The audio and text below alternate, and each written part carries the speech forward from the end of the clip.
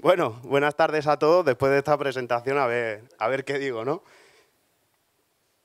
Bueno, hoy quiero hablar de cómo mantener 50 Magentos o 50 proyectos de Magento al mismo tiempo, ¿vale? Y la respuesta fácil sería, pues contrata 50 desarrolladores, ponlo a uno cada uno en el proyecto y con eso pues lo tiene hecho, ¿vale? Pero ¿qué me diríais si fueran 60 y qué me diríais si fueran 80?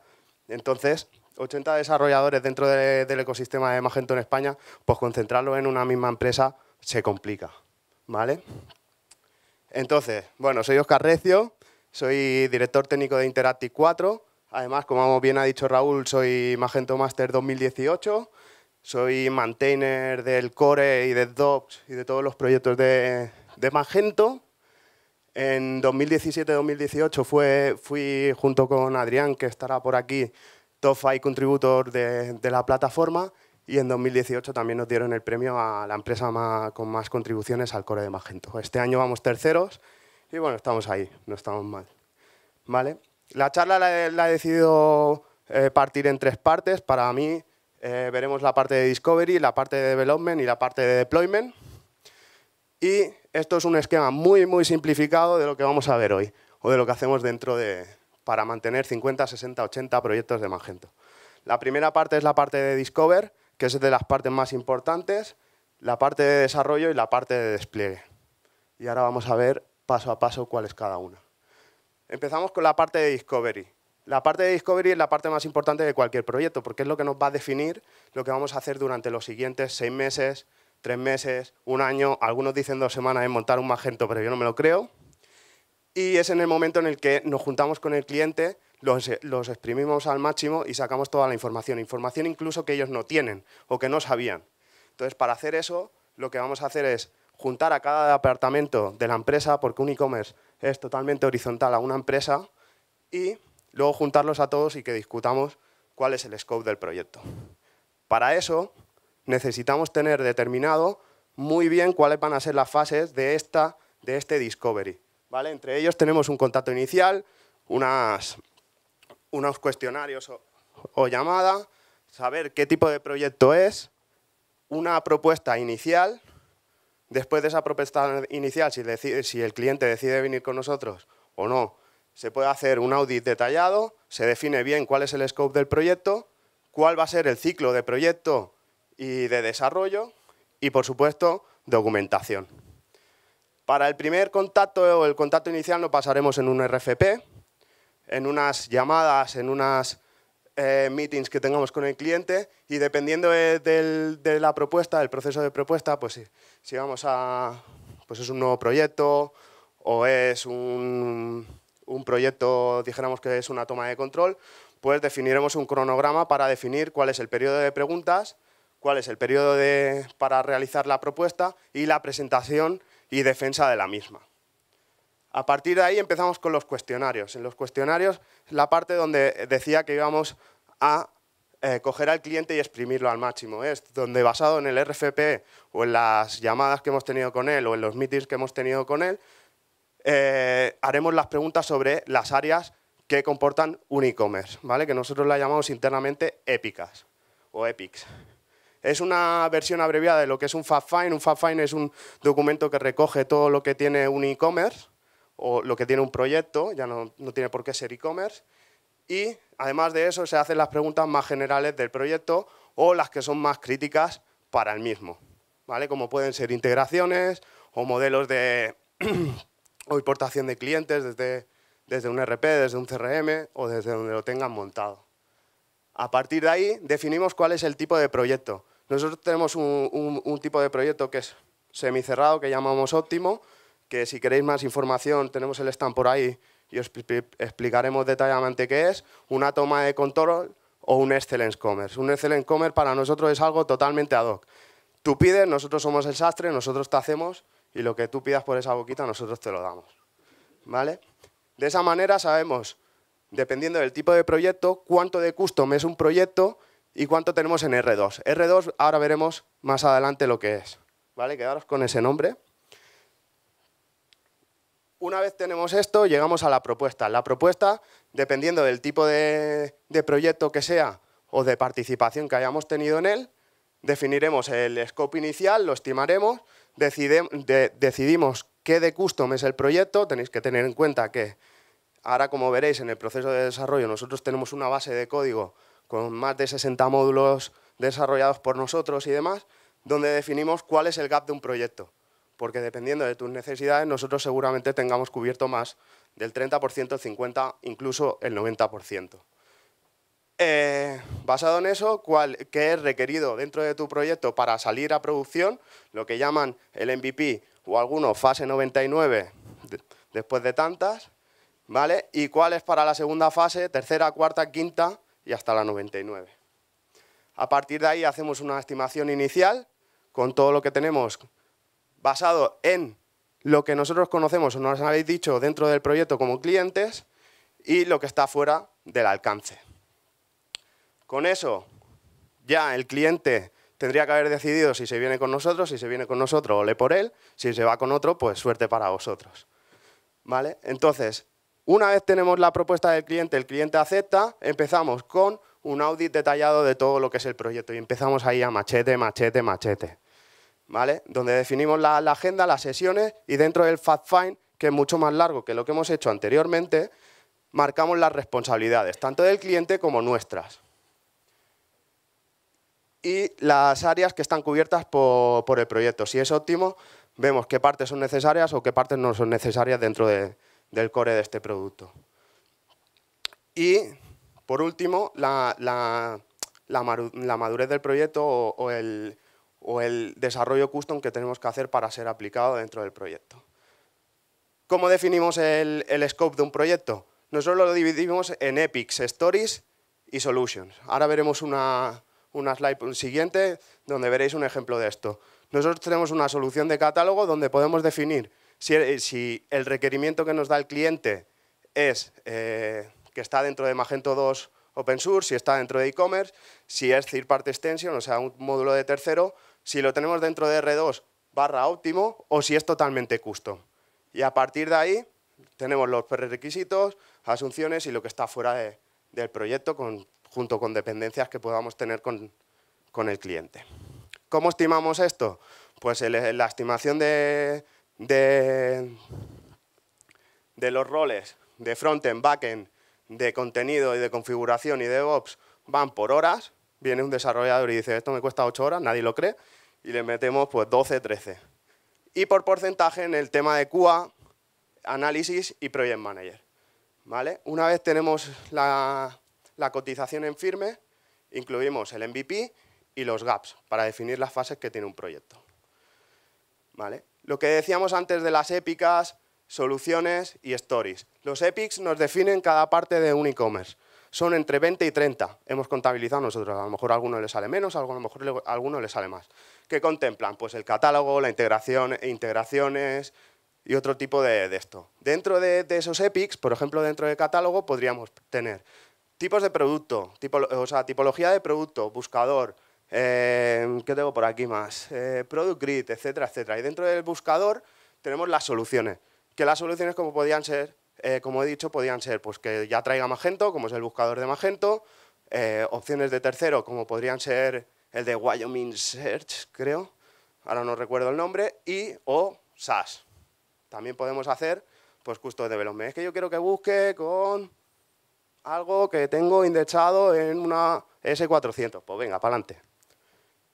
Entonces, una vez tenemos ya definidos todas las épicas y demás, empezamos el proyecto. Tenéis que tener en cuenta que todo esto que hemos hecho y hemos hecho detalladamente con el cliente, faseado totalmente, al final se recoge todo en una serie de formularios que nosotros tenemos y no hay ningún PM que coja y traslade eso a Jira o toda la documentación, meeting notes, etcétera, se recojan manualmente. Todo eso coge un proceso y lo lleva y nos crea como unas 200, 300 tareas en Jira y unos 50, 60 documentos en Confluence. Con eso tenemos todo el scope del proyecto determinado. ¿Qué pasa con esto? No tenemos ningún error. No perdemos ni un minuto de PM. Y lo más importante, nos ponemos a trabajar desde ya. Entonces, empezamos con el ciclo de desarrollo, donde van las preguntas, las soluciones propuestas, los prerequisitos, las validaciones. Se hace un QA, un test plan, y al final el cliente es el que da la aceptación. Y, por supuesto, la documentación, que va en Drive, en Confluence, y está organizado por Épica, que es lo que decía. Al final montamos un árbol en Confluence y en Drive, donde tiene la documentación, y cualquier PM que no empezó en el proyecto puede saber dónde está cada cosa, de cualquier proyecto. Una vez tenemos el proyecto, lo tenemos montado, tenemos todas nuestras tareas de Jira, todo bien ahí, empezamos a nivel de desarrollo. En el desarrollo es donde desarrollamos toda la parte de gaps, pero además es donde mantenemos todo el R2. Que R2, al final, es una política de reusabilidad de funcionalidad, donde finalmente, o sea, es una metodología interna que nosotros utilizamos, es en cuando desarrollamos una cosa, la utilizamos o la podemos utilizar para cualquier cliente. Son desarrollos totalmente agnósticos, en los cuales la parte de configuración de un proyecto puede ser compartida en cualquiera de ellos y funcionará. Luego la parte custom es custom de cada cliente y solo podrá estar en ese proyecto. ¿Por qué nace R2? Pues R2 nace porque nosotros venimos de Magento 1, donde cada uno desarrollaba de su manera tal, no teníamos control sobre ningún código y la funcionalidad estaba duplicada en millones de proyectos. Entonces, teníamos un problema de escalabilidad, porque cada vez teníamos que ir a un proyecto, cogerlo, modificarlo, hostia, esto está mal, y llegaba el problema de decir, hemos encontrado un bug, tengo que replicarlo en 50 proyectos, y eso no va a volver a pasar. Entonces, R2 define las políticas, los estándares y los procesos que vamos a seguir en desarrollo. Además, evita todo proceso manual. Automatiza cualquier proceso, automatiza todo lo posible, todos los procesos que tenemos dentro de la compañía. Y la reusabilidad se utiliza lo máximo posible. A partir de ahí, reduce el esfuerzo y la pérdida de tiempo. Y por lo tanto, podemos entregar código o productos de mucha más calidad. ¿Cómo hacemos todo esto de R2, que es muy bonito? ¿Cómo mantenemos 60 módulos de Magento? ¿Cómo mantenemos 80 proyectos de Magento al mismo tiempo? Con lo que conlleva las actualizaciones de Magento, cada X versión, etcétera, etcétera, bugs que salen, etcétera. No sé si conocéis el GitHub de Magento, pero en Magento tienen un GitHub donde está todo el código de Magento. Y luego hacen un split a cada módulo para que este esté vía Composer. Pues nosotros hemos hecho lo mismo, pero por encima de Magento con nuestros módulos. Y somos capaces de definir cuáles son sus versiones, etcétera, etcétera, con un R2 Manager que ahora veremos a continuación.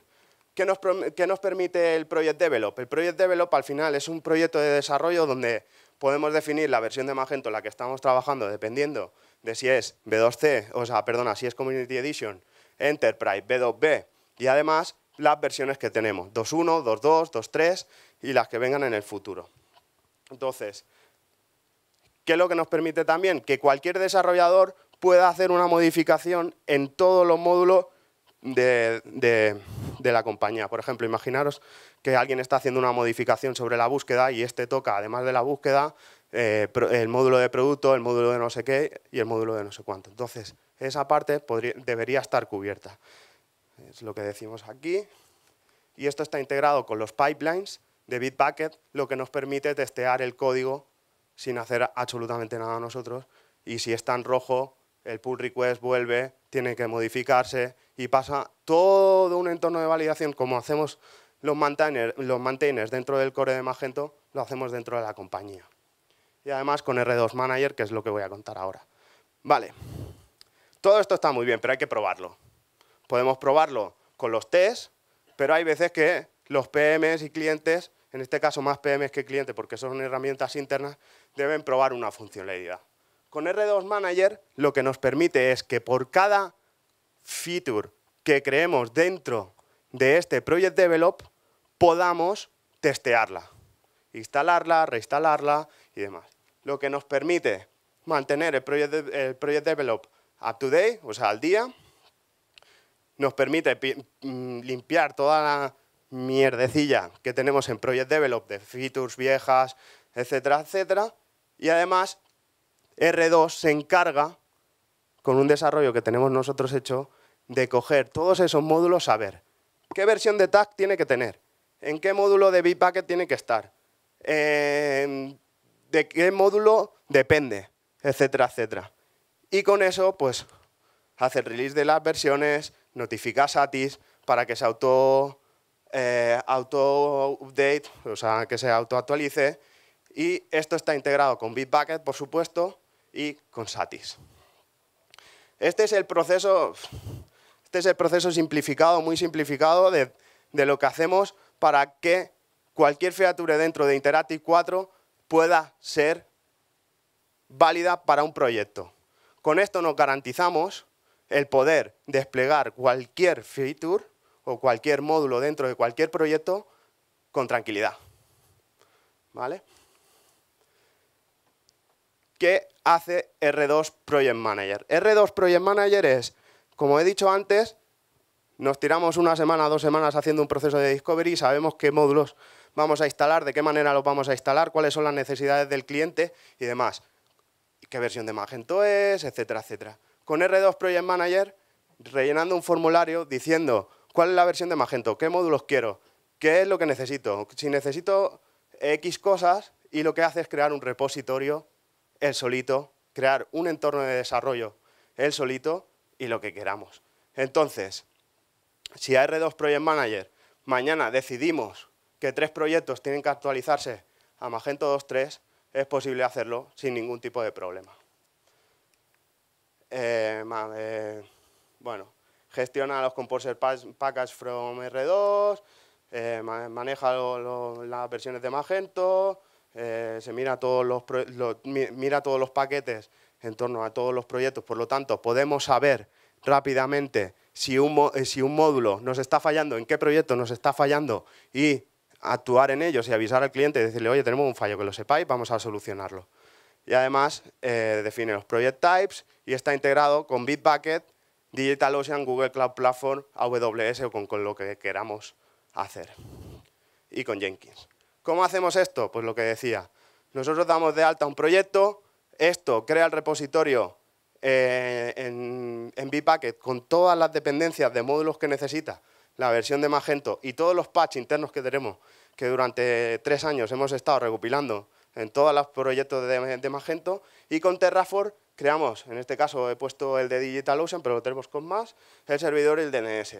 Cuando tenemos un callback de Success, con Ansible montamos el servidor y damos de alta en Jenkins. Y una vez está dado de alta en Jenkins, podemos desplegar. Monitorizamos todo con Izinga y nuestros desarrolladores internos van todos conectados por LDAP. Por si algún día se me va otro, o sea, si algún día se me va un desarrollador, le quito los permisos y no tiene acceso a nada. Y la parte de despliegue. Ya hemos terminado nuestro proyecto. Y ahora nos toca la parte divertida, que es el despliegue. Que, como ha dicho David, podíamos desplegar el viernes, el sábado, el domingo, el lunes o cuando queramos. Lo único que tenemos que tener en cuenta es que despleguemos con tranquilidad. Entonces, quiero que entendáis que el despliegue es el único recurso que tenemos que se hace recurrentemente, como a veces los pagos. Entonces, Magento 2, cuando salió, tenía un estándar deployment que cogía un desarrollador, hacía un push, te ibas al servidor de producción, cogías el código, generabas el no sé qué, pim pam. ¿Y esto qué pasa? ¿Qué pros tiene? Pues ninguno. Yo no le veo ninguno, porque al final cargas el servidor a tope. Tienes un downtime de 20 minutos, lo que decía. Y además son un montón de tareas manuales que podrías hacer. ¿Y qué pasa cuando tienes múltiples de servidores? Por ejemplo, hablamos de 15, 20. ¿Lo haces en los 20? ¿Te abres 20 terminales y empiezas ahí a escribir? Pues es un poco complejo. A partir de la versión 2.2 existe el Pipeline Deployment, que lo que hace es meter un servidor tipo CI/CD, como un tipo Jenkins, o otro, como Circus.ai o lo que quieras, donde toda el artifact o toda la compilación de Magento en cuanto a setup decompile, a static content y demás, lo hacemos en un servidor de build. Aquí ya tenemos automatizado lo que es el despliegue. Pero, ¿qué pasa? Que tenemos una caída de más o menos 5 minutos, porque tenemos que hacer un un maintenance enable y un maintenance disable mientras hacemos el setup upgrade. Tenemos una carga media alta del servidor y no tenemos ningún pro más. Llega el Zero Downtime Deployment. ¿Qué significa esto? Que podemos desplegar sin que la tienda se caiga un segundo. Aquí solo hay un disclaimer, que solo funciona cuando no modificamos el setup version de un módulo. ¿Cada cuánto lo hacemos? ¿Cada semana? No. ¿Cada mes? No. ¿Cada mes y medio? Puede ser. Entonces, en el 95% de los casos tenemos un Zero Downtime Deployment. Lo que hacemos es meter lógica en el servidor de producción para que la tienda esté caída el mínimo tiempo posible. Y si esto tiene... Aquí metemos lógica y decimos, oye, ¿cómo está la base de datos? ¿Está bien o no está bien? ¿Tenemos que actualizarla o no tenemos que actualizarla? Si tenemos que actualizarla, entramos en modo mantenimiento y tenemos una caída de unos 15 segundos. ¿Que no? Pues nos saltamos toda esta parte, miramos si tenemos que hacer un app config dump y si no tenemos que hacerlo, pues hacemos un switch code y beneficios. ¿Cómo hacemos el despliegue?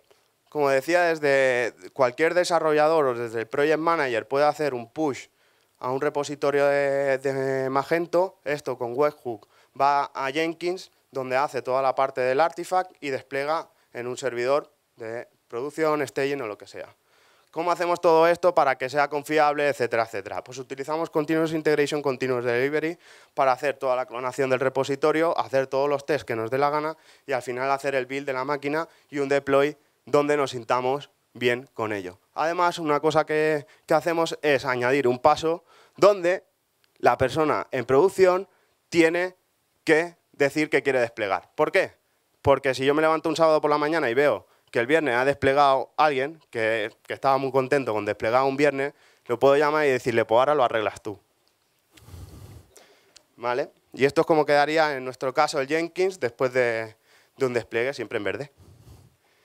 Por último, no tengas miedo a los retos que tendrás que afrontar, solo prepárate para llevarlos con éxito, porque es la única manera de hacerlo. Esto que habéis visto aquí parece que son 25 slides y han sido muchos meses de desarrollo. Para que tengáis en cuenta, solo para definir cuál es la política de tags, fueron unos 215 cigarros. Que a cigarro 5 minutos pues podéis echar cuenta. ¿Vale? Y por último, todos los que quieran, próximamente hay un nuevo libro de Magento 2 Developer Guide, de la segunda edición que estoy escribiendo y que pronto verá la luz. Muchas gracias.